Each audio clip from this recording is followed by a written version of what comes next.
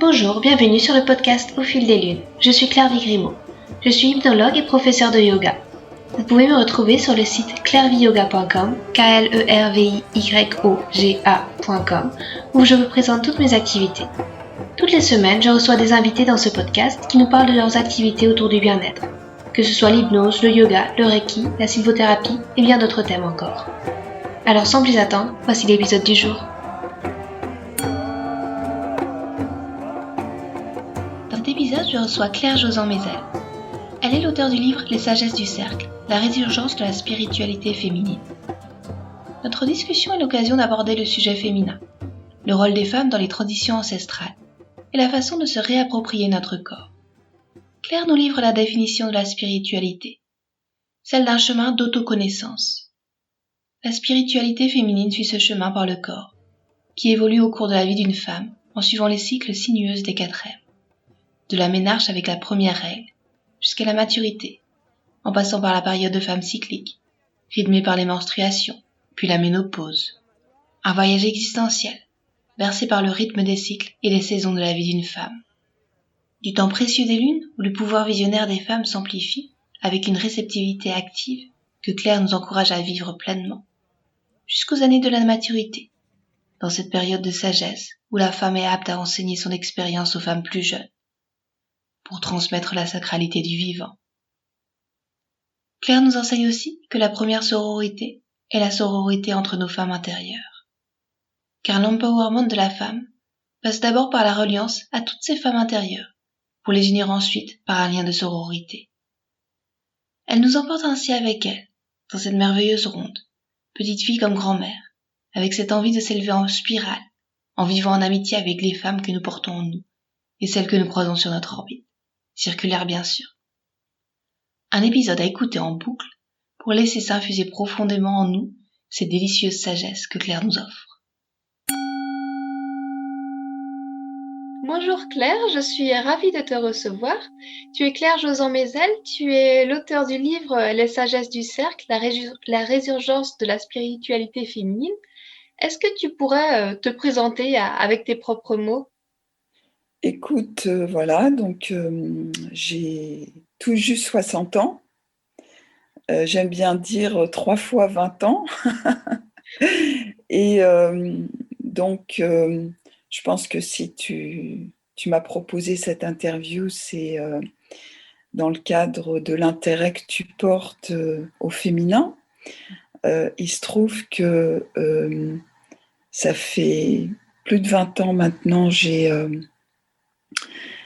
démarré en France les cercles de femmes autour du thème de la menstruation et je suis très heureuse, voire très fière de constater que de plus en plus de femmes s'intéressent à ce sujet-là.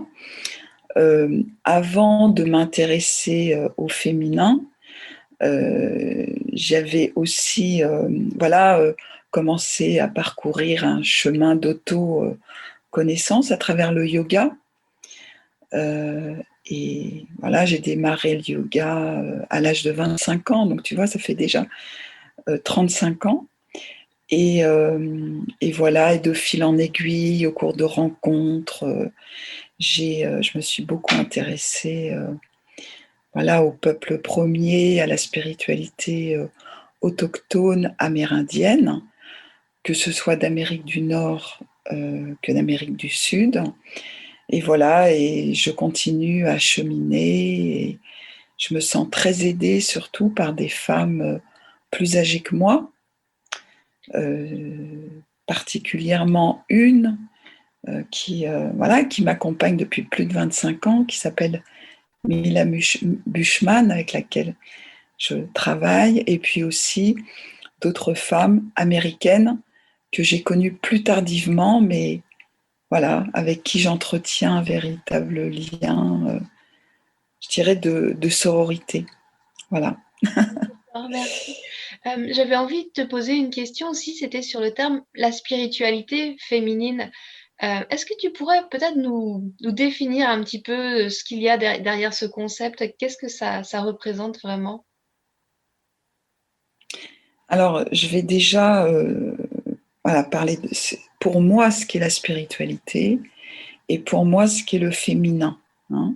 Alors je ne devrais même pas dire pour moi par rapport à la spiritualité, parce que j'aime bien ce que dit Deepak Chopra en fait. La spiritualité, finalement, c'est un chemin d'autoconnaissance. C'est vrai qu'on a d'ailleurs cette phrase « Connais-toi toi-même, tu connaîtras l'univers ». Donc, dans la spiritualité, il y a ce chemin d'autoconnaissance. Et je dirais, dans la spiritualité féminine, il y a ce chemin d'autoconnaissance par le corps. Comme disait une de mes enseignantes, dans le corps, par le corps, à travers le corps. Hein. Et dans le féminin, justement, il y a ce que les féministes, et peut-être plus encore les écoféministes, parlent, ce dont elles parlent, c'est le reclaim, c'est-à-dire la réappropriation de son corps de femme, de ce qui se passe vraiment à l'intérieur de nous en tant que femme, que l'on soit mère ou pas. Parce que c'est vrai que dans le féminin, ou plutôt dans la féminité, il y a beaucoup la maternité. Danielle Flomenbaum dit toujours qu'elle a été étonnée que dans la gynécologie, notamment, ça c'est une femme aussi qui inspire beaucoup, dans la gynécologie, c'était plutôt relié au maternel. Alors que justement, elle est allée dans une gynécologie plus reliée à ce qu'est une femme, vraiment, à ce qui caractérise une femme. Donc, la spiritualité féminine, c'est comment, au cours de notre vie, on va se réapproprier ce qu'une femme néo-zélandaise appelle la menstrualité, c'est-à-dire les 4 M. Les ménarches, vraiment nos premières règles, comment on va aider nos jeunes filles, nos filles, les jeunes filles de notre entourage, à vivre ce moment très important. Les premières règles, parce que là, on va dire à la jeune fille, maintenant, tu es porteuse de vie. Et dans ces sociétés traditionnelles, justement, la femme était à la fois magique et sacrée parce qu'elle portait la vie. Donc, voilà, cette réappropriation de ça. Après tout, je continue dans ce qu'est la menstrualité, les cycles menstruels, notre côté cyclique, cette sagesse cyclique, cette sagesse menstruelle que nous portons en nous, parce qu'on est à la fois relié à la lune, du fait de ces 4 phases du cycle menstruel que nous traversons tous les mois, mais aussi relié à la Terre. Nous sommes cette femme changeante, changing woman. Et cette femme changeante, c'est la déesse mère. Nous portons tous les mois en nous les cycles de Dame Nature, c'est pas rien. Avec en plus ce cycle de vie, mort, vie que nous portons. Donc c'est vraiment, c'est à la fois sacré et complexe d'être une femme.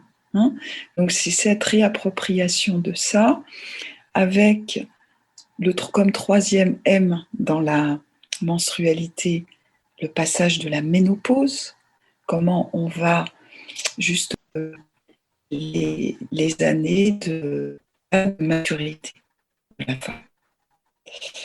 Donc, je dirais que c'est ça, la spiritualité féminine. C'est cette évolution, c'est contre à la fois nos états d'être, nos états émotionnels au rythme de nos cycles et aussi au rythme des saisons de la vie d'une femme. Voilà. Donc, c'est tout un cheminement. Et voilà, et je suis vraiment très heureuse que les femmes commencent à se réapproprier cela. Moi, quand j'ai commencé ça, ça fait une 30aine d'années, oui, un petit peu moins. Surtout quand ma fille est née. ma fille est née, voilà, j'ai commencé à m'intéresser à la cyclicité de la femme pour après m'intéresser plus spécialement justement au temps des lunes et à ce pouvoir visionnaire des femmes durant ce temps de lune. Voilà, donc dont on reparlera peut-être un petit peu plus tard si tu le souhaites. D'accord, oui. Avec plaisir. Peut-être d'abord, tu parlais du terme réapproprié. Est-ce que tu penses que le corps de la femme, on l'a dépossédé ou alors c'est par peut-être le temps dans lequel nous vivons ou alors c'est un cheminement de s'approprier son corps. Il y a des sagesses anciennes que nous avons perdues dans le monde actuel occidental peut-être? Oui, enfin, ça c'est clair. Enfin, déjà, cette espèce d'injonction qu'avait la femme de devenir mère, hein, souvent. Donc, ça ne veut pas dire qu'on oublie le corps, mais ça veut dire que déjà, on réduit sa place à ça, ok? Et ce qui est quand même assez intéressant aussi, c'est que en réduisant le côté, en réduisant la femme à la maternité, on a, ce qui est assez étonnant aussi, réduit ou plutôt déprécié les qualités maternelles. C'est ça qui est étonnant. Et pourquoi? Je ne sais pas. Parce que justement, dans cette spiritualité féminine, la réappropriation de notre corps, ça passe aussi par la réappropriation de valeurs féminines et de valeurs et de qualités maternelles. C'est-à-dire prendre soin de soi. C'est-à-dire que finalement, la mère, elle doit prendre soin de ses enfants, mais elle a oublié aussi de prendre soin d'elle. Le fait de s'écouter, le fait de prendre du temps pour soi, le fait aussi de ce côté intuitif qu'on va justement développer lorsque l'on est une mère, d'être l'observation aussi de ce que peut ressentir un enfant, parce qu'un enfant ne peut pas vous parler. Donc c'est toutes ces qualités-là que finalement on a peut-être projetées sur quelqu'un d'autre, hein, sur l'enfant, sur sa famille, alors que déjà on doit être à l'écoute de ce qui se passe profondément en soi. Hein. Donc c'est la réappropriation de l'entièreté de ce qu'est une femme, avec aussi une revalorisation des valeurs féminines et des valeurs et des qualités maternelles. Voilà. Je ne sais pas si ça te parle quand je dis ça. Oui, c'est vrai que tu parlais de l'injonction d'être mère et à la fois aussi de ce qu'on avait perdu en mettant tout dans ce rôle de mère. Et c'est vrai que oui, j'ai vécu ça aussi et prendre ce recul-là, je trouve ça intéressant. Et du coup, le rôle de la femme, ça serait, ça serait quoi peut-être il y avait un rôle particulier pour les femmes dans ces sagesses? Alors, justement, puisque à partir du moment où nous sommes porteuses de vie, femmes sacrées et magiques, parce que porteuses de vie, nous sommes justement, euh,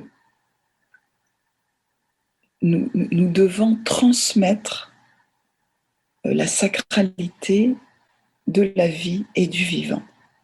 Hein, et c'est pour ça que finalement, cette réappropriation du corps de la femme nous amène aussi au respect de la terre.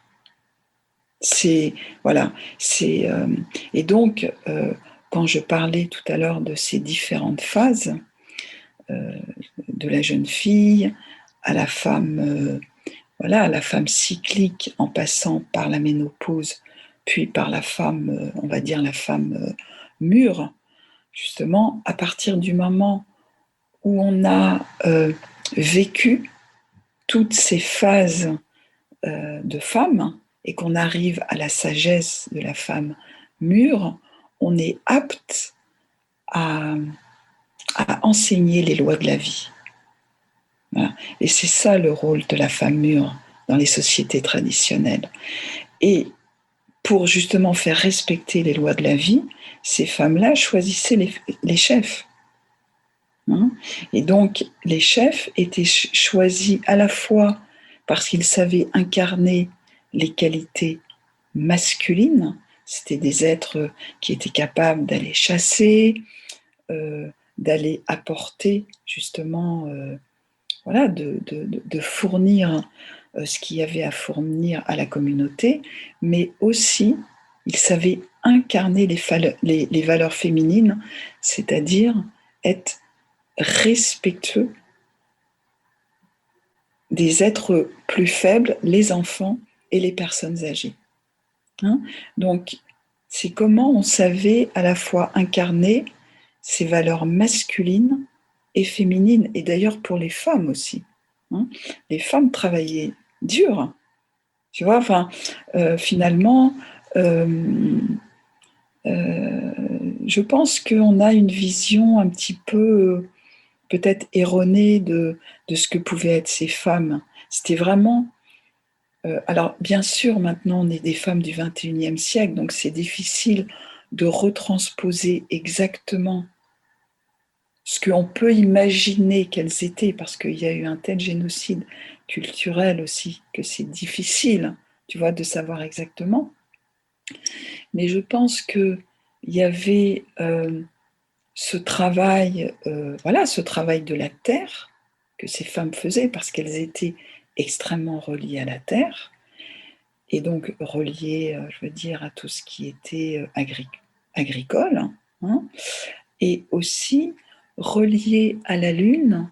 Donc, il faut quand même imaginer que 4-5 jours par mois, elle les passait dans la moon love. C'est-à-dire que, en fait, lorsqu'on est tourné vers le monde en tant que femme, on est tourné en étant, comme disent les Amérindiens, soft in the front, strong in the back. Ça veut dire que on est en douceur, mais forte derrière. Donc il y a le côté doux de la femme et le côté force volontaire du masculin. Et lorsque justement les femmes ont leur temps de lune, elles vivent cette concomitance du masculin et du féminin en étant dans ce qu'on appelle cette réceptivité active. C'est-à-dire tu te places dans un état de disponibilité pour recevoir la vision. Donc, et cette vision, et c'est pour ça que je pense que c'est très important aussi de le poser, parce que il n'y a pas beaucoup de gens qui parlent de ça, et pour moi, c'est très important à l'heure actuelle, justement, dans cette dynamique de l'écoféminisme, c'est que la femme est au service. Je n'ai pas dit dans le sacrifice, elle est au service. Et durant ces temps de lune, elle est dans cette réceptivité active. Et cette réceptivité active, ça va lui permettre justement de recevoir des idées nouvelles pour le bien de sa communauté. Et donc, c'est vrai qu'on a été habitué à beaucoup faire travailler notre intellect, notre mental. Or là, durant nos temps de lune, c'est autre chose qui se met en place. C'est un autre état de conscience. D'ailleurs, je ne sais pas si tu connais certaines déesses mères qu'on retrouve, des figures de déesses mères. Très souvent, elles n'ont pas de tête. Pourquoi elles n'ont pas de tête? Parce que justement, c'est qu'on a lâché le mental. Et qu'est-ce qui se passe au-delà du mental? C'est cette conscience. Et je pense que c'est quelque chose que là, on est capable de se réapproprier, nous, en tant que femmes. Et le fait de vivre pleinement, consciemment son temps de lune, c'est très important justement pour pouvoir recevoir des idées nouvelles. C'est beaucoup plus notre cerveau archaïque pendant ce temps-là qui est sollicité ou que l'on peut solliciter. Hein. On va aller puiser dans notre cerveau archaïque, se place dans cette réceptivité active pour pouvoir aller puiser dans notre cerveau archaïque des idées qui vont surgir. Finalement, on n'est pas maître, on n'est pas maîtresse de ce qui va se passer. On est, voilà, on se met dans notre féminin, dans ce côté réceptacle du féminin. Voilà. Je pense que c'est important. Et les femmes plus âgées sont là pour aider les jeunes femmes, justement dans ce processus. Et justement, par rapport à ces femmes de la maturité, dans notre société actuelle, elles sont peut-être mises de côté un peu rapidement. Est-ce que tu aurais des idées, des envies pour leur redonner leur place? Comment tu verrais cela idéalement, toi? Alors écoute, moi je me rends compte, oui, que malheureusement, il y a pas mal d'aspects du féminin qui sont un petit peu tabous encore dans notre société, bien qu'il y ait des tabous qui sont en train de se lever. Moi, c'est vrai, c'est pour ça que je suis très contente par rapport au tabou des menstruations qui est en train de se lever. C'est pour ça que j'avais aussi envie de poser ce côté réceptivité active qui est importante de donner. Je pense que justement, lorsque l'on est aussi enceinte, il y a quelque chose de très très profond, une sagesse profonde qu'on peut aller vraiment rechercher durant notre grossesse. Et je trouve ça très dommage que la plupart des jeunes femmes ne puissent pas profiter de ça pendant qu'elles sont enceintes. C'est un peu... je trouve ça très très regrettable. Et puis après, pendant justement nos années de maturité, à partir du moment où on est allé explorer toutes les différentes facettes de notre féminin, oui, on va pouvoir aider les plus jeunes. Et comment est-ce qu'on va aider les plus jeunes? Justement, c'est parce que à partir du moment où on a à la fois une vision plus large de ce qu'est une femme, puisqu'on est allé explorer l'entièreté de notre personne, on va avoir à la fois une vision plus large des situations, mais aussi on va pouvoir voir les différentes strates, les différentes couches d'un problème. Donc on va pouvoir aider à résoudre ces problèmes.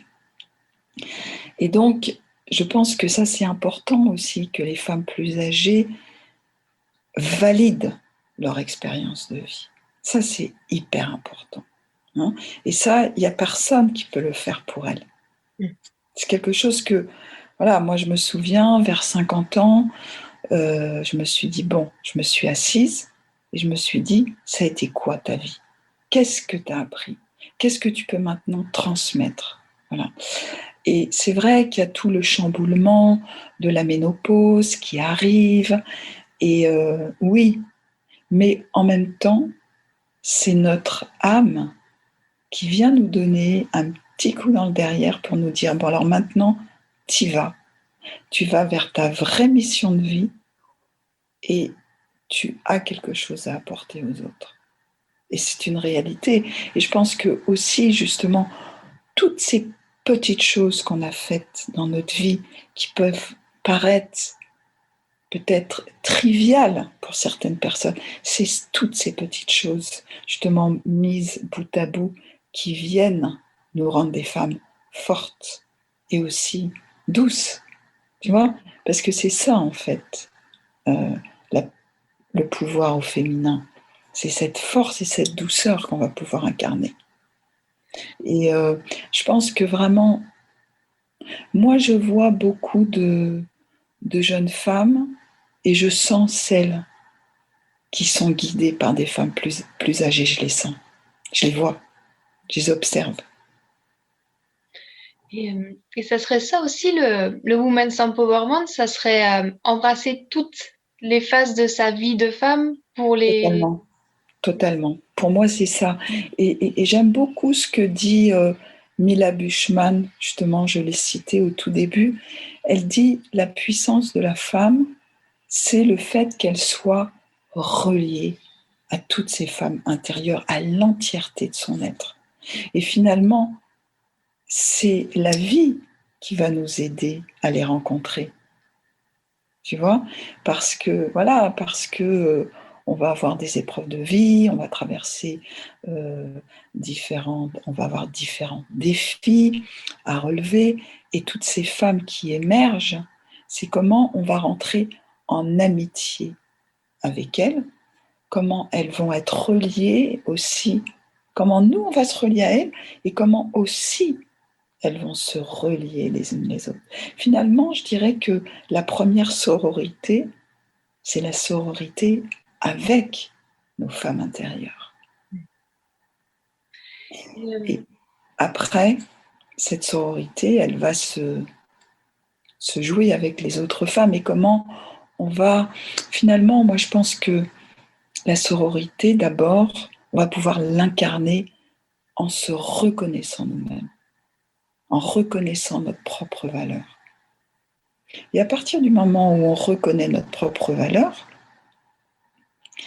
et ce à quoi on est destiné dans cette incarnation, on va pouvoir reconnaître la valeur des autres femmes.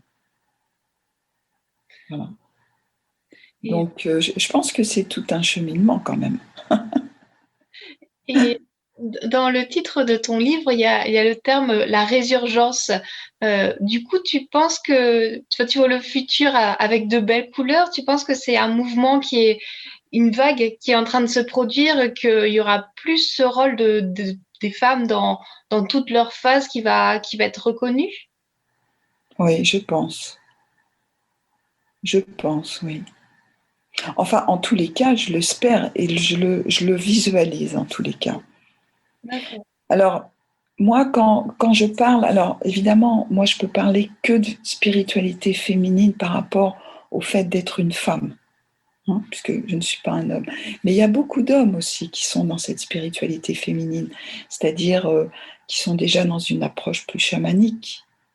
Une approche plus chamanique, ça veut dire que, bien sûr, le ciel est important, mais aussi la terre. On a dans les différentes religions, ce qu'on appelle les religions du livre, on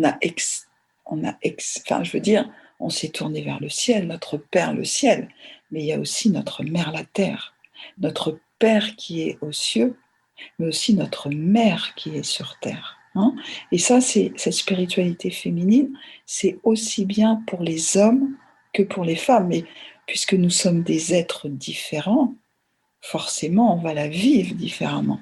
Mais oui, je crois que la spiritualité féminine va permettre aux femmes de reprendre un autre rôle, d'aller justement, de pouvoir aider les hommes, de pouvoir guider les hommes. D'ailleurs, les femmes dans les sociétés ancestrales étaient dans les Moon Lodge et les chefs venaient les consulter lorsqu'elles sortaient de la Moon Lodge en disant « Qu'est-ce que vous avez vu ? Qu'est-ce qu'on va faire ?» Vous voyez ? Tu vois, donc il y a quand même, ça c'est un rôle politique de la femme.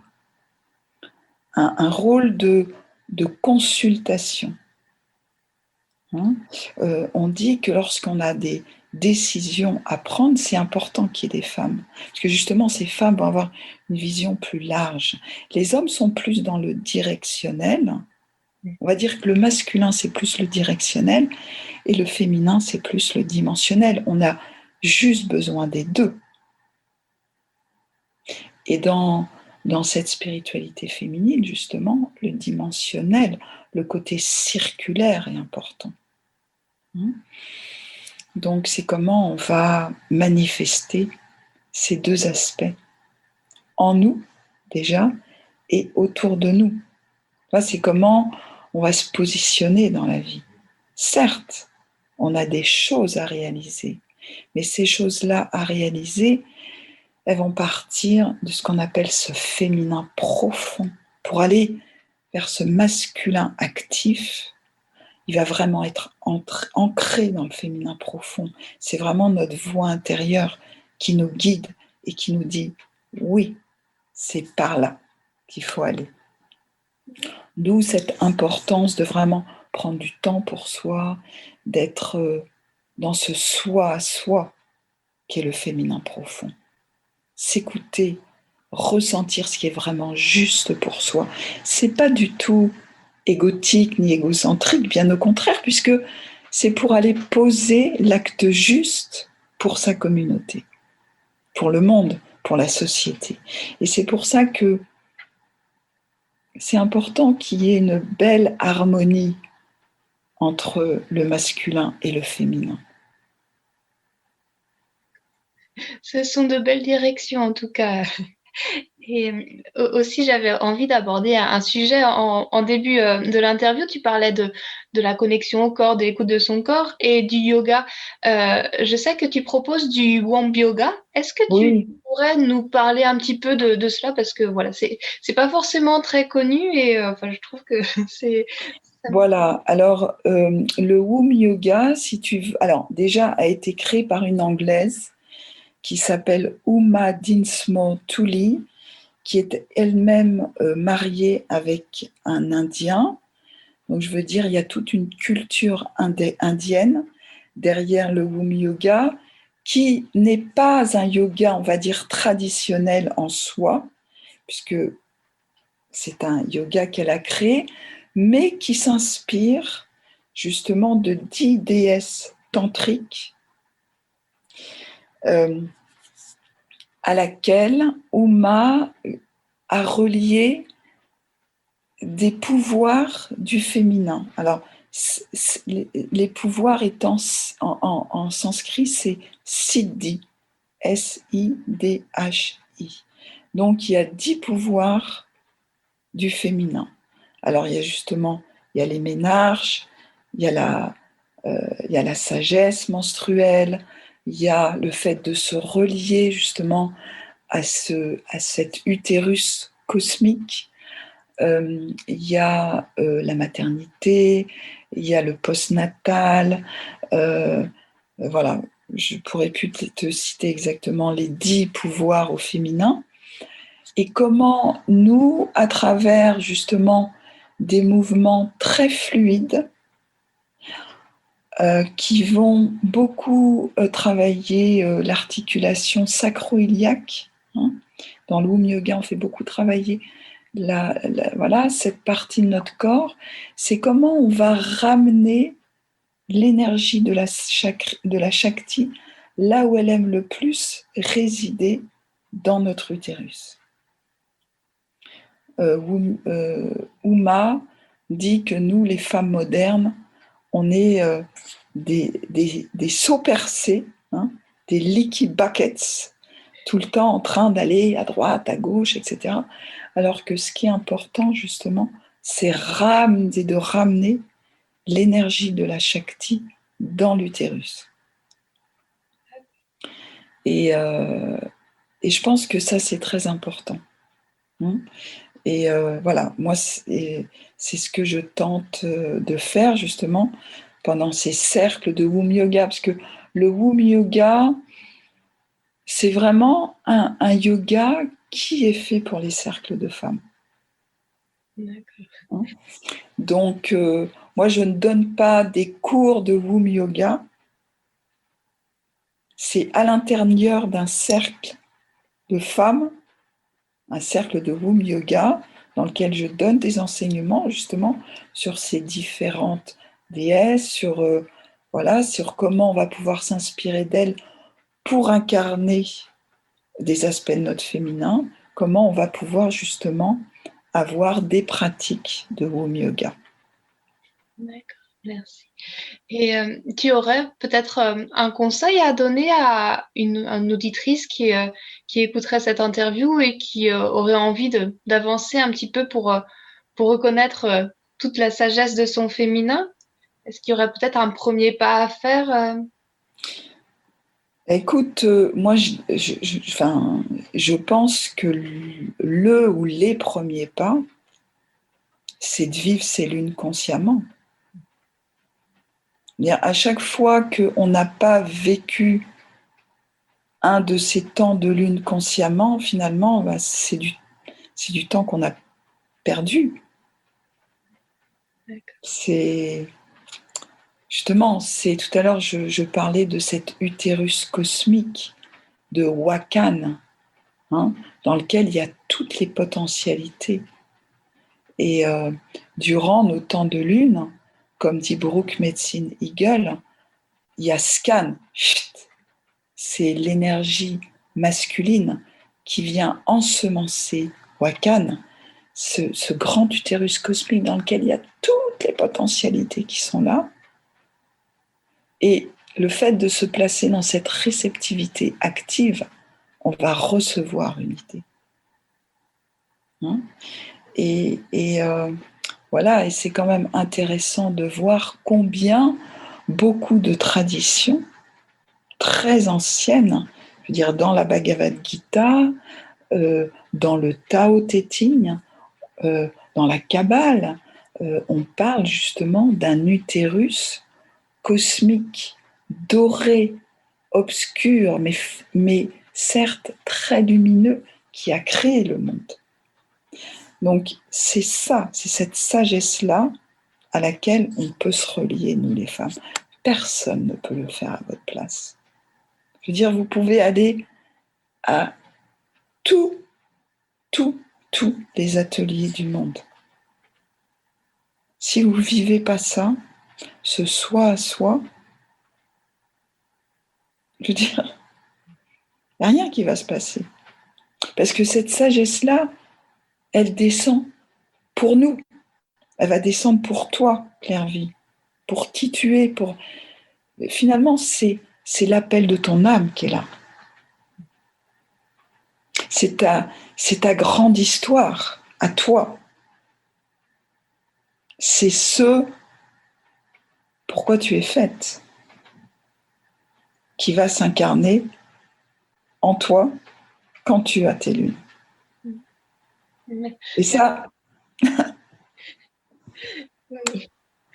Merci pour ce conseil, Claire. Oui. C'est important.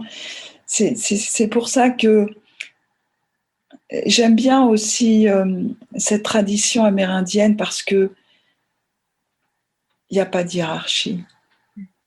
C'est un cercle. On est relié au cercle de la vie.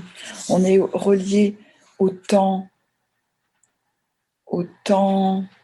cyclique, au temps organique et aussi au temps cosmique. Et donc, comme il n'y a pas de hiérarchie, enfin, s'il y en a une, c'est la hiérarchie de l'âge. Et ça, je pense que c'est très important de se la réapproprier, cette hiérarchie de l'âge, pour les hommes comme pour les femmes. C'est l'expérience de vie qui est importante. Merci pour ce conseil. Et j'avais envie de te poser peut-être une question plus personnelle. Vers quoi se porte ta curiosité en ce moment? Est-ce que tu as des projets particuliers que tu as envie de réaliser à moyen terme? Alors, il se trouve que, moi, j'ai pas mal bougé dans ma vie, voilà. J'ai eu la chance d'habiter l'étranger, l'Angleterre, l'Espagne aussi. J'ai souvent fait des allers-retours entre le nord et le sud. Et là, je retourne vers mes racines familiales parce que je retourne vivre en Loire-Atlantique, dans la presqu'île guérandaise. Je suis arrivée à l'âge de 18 ans à Paris. Et là, à l'âge de 60 ans, je retourne vivre en Loire-Atlantique pour me tourner vers ma mère, qui a 94 ans. Et c'est important pour moi, justement, d'aller accompagner cette fin de vie de ma mère. Donc, voilà. Et en même temps, je suis en train de suivre une formation pour devenir doula. Et je la suis avec une femme qui s'appelle Susana Olaya, qui a plus de 75 ans. C'est une Argentine. Mon arrière-grand-mère était argentine. Et donc, je suis en train de faire justement ce grand écart qu'est la vie, d'aller accompagner ma mère vers ce passage de la mort et aussi de revivre consciemment ce qu'ont été mes maternités pour pouvoir justement aider les femmes plus jeunes aussi dans ce passage de ce qu'est devenir mère. Donc, ce sont mes projets de vie, justement, actuels, de ce qu'est la vie d'une femme. Je me souviens quand je devais avoir une vingtaine d'années, on avait fêté les 90 ans de ma grand-mère et un de ses petits-enfants lui avait dit, c'est ça le rôle des femmes, c'est les passages, justement, il parlait de sa grand-mère en disant qu'elle avait aidé à vivre, justement, à donner la vie et aussi à aider à mourir. Et je pense que ça aussi, ça fait partie justement du rôle des femmes et du rôle... voilà, et c'est quelque chose aussi que Mila Bushman et moi, on a envie maintenant de faire ensemble.